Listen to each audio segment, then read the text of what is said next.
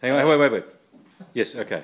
I'd like to get an impression and an opinion from all the Cyberclub members of why they feel the necessity and the need to respond to the incessant number of emails that they receive every day, and what makes them tick. Okay, so we're going to go to, who's first? Trevor.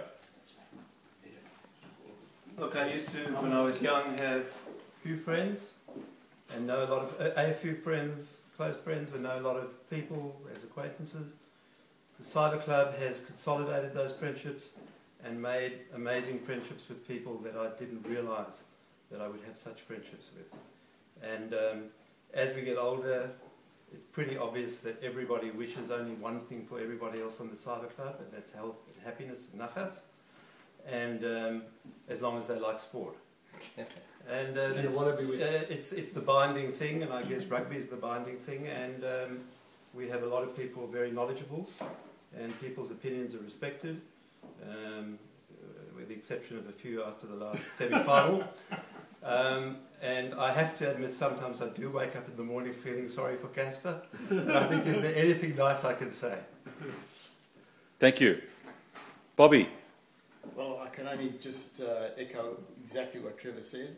For me, who's I suppose a little bit on the outside of the boys, the Cape Town boys, I always had the advantage of being a very close friend of Brian's and Eric's and Steve's, and was, I suppose, asked to become an honorary member of Cappy's Casuals at the time, and also now the Cyberclub. And other friends of mine, Crass in particular, Mike Baskin, where we spent a lot of time together in Johannesburg, with Brian being there at the time, became very good friends. And this expanded group of Cyberclub friends has been just fantastic, and I look forward to reading and commenting on especially the rugby and other issues at hand, and it's just a great friendship over the club. Thank you. Thanks, Bobby. Goldie. I've had lots to say today, and I think there's probably not much more for me to say. But the answer to Maxwell's question, which you've got to listen, why do you have the desire to reply so much, is I don't. I've officially given my proxies to Trevor Zabo, E1, D1, C1, Jonathan Pinshaw, E1, D1, C1, Pinshaw in the A team, playing number 12 and number 15, I think, Zebo playing number 9, and they have represented me over all the years with incredible aplomb. And apparently tackling as well. Yeah. I have to say, I just want to go back to Bobby's point, if I can. So that's my answer to Max, to your question, because I've answered your question, the others have been silent. Is that I've got to say that, Casper was gifted. I want people to realise, I think this negativity about Casper is wrong. He had an attacking ability. Seriously, second to none. Eric does remind me a bit of our number 10 who's going to be playing on Sunday night. Quade Cooper. He really does. Eric is like Quade Cooper. And Eric, some of your magic can go to Quade on Sunday night in the Auckland Cauldron with Pinshaw and myself there and many others. It will go well. But it means, Trevor summed it up, but I just want to answer Max's question. My proxy goes to the boys, so when you don't hear from me from time to time, it's because Johnny and Trevor have my proxy. It's not good enough.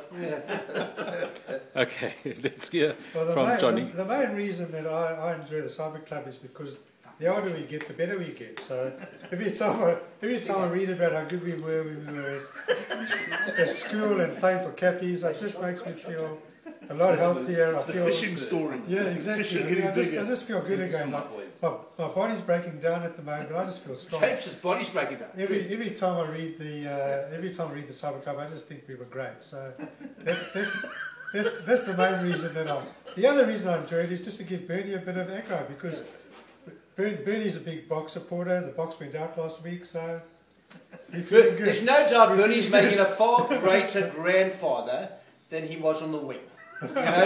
He was strong and he was fast, but he didn't catch it too often either. When he caught it, he was quite a player. But grandfather thing is fitting Bernie, and he's doing a great job of that. Seriously, yes. No, but when he caught it, it was from Casper, and he got 5 players with the ball as well. Yeah. So there was, the old secret move ended up being a hospital pass move, unfortunately. The secret move was quite something, wasn't it? The secret move was quite something. The secret move was known by every team that Cabby's Casuals played against. We never knew it.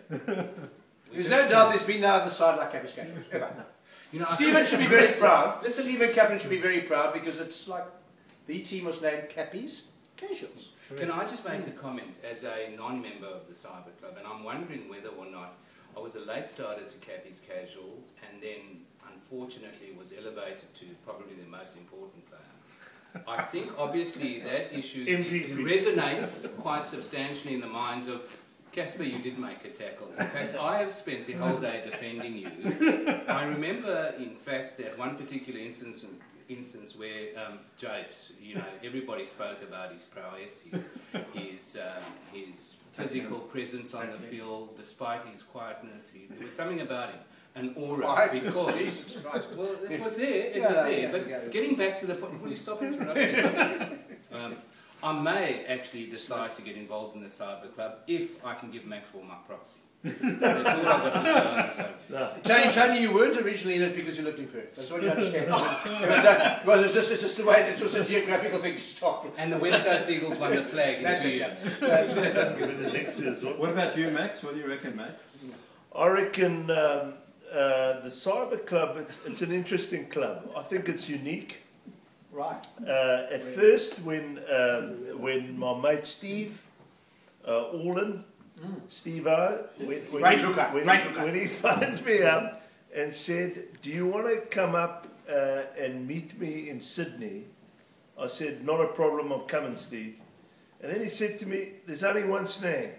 He said, I'm meeting these guys who you will remember from school, and we're having a party, and I want you to come over and you'll see me then. I thought, oh, Jesus, that's the last thing I want to do. I'm just coming up to Sydney to see you. What I have to relay, if I wanted to be friendly with all these other guys, I would have made contact with them a long time ago. And skeptical, I came and I met the guys, and I found that I had a thoroughly enjoyable afternoon reminiscing about something that we all had in common, namely rugby and sport. And I found that these were people that I could relate to, because in Melbourne, other than Bobby Halbron, nobody follows rugby. So the Cyberclub gives me that opportunity of connecting with people who have some a great interest. The other big news is that I have reconnected with Eric, and I've spoken more to Eric since I've left Cape Town than I did in all the years of playing twice annually against him at rugby at Waimubuza, despite the fact that he's my cousin. So that's been a fantastic revelation. The Cyberclub I look at every single day. I may not read every single email, but I definitely look at it every day, and it's one of the highlights of the day that keeps me going, especially in the winter season. And I agree with Trevor that we've connected and have a common interest and friendship such that when I can go overseas and come all the way up to Sydney, met Bobby Halbron, who I didn't even know lived in the same city, and go and watch a great game of rugby with him and have a good time. So the Cyberclub is one of friendship to me, of the past, and to know where I'm going in the future. Wow. Thank you. Beautiful. Do you want to hold it for Ivan? Well, we'll give it.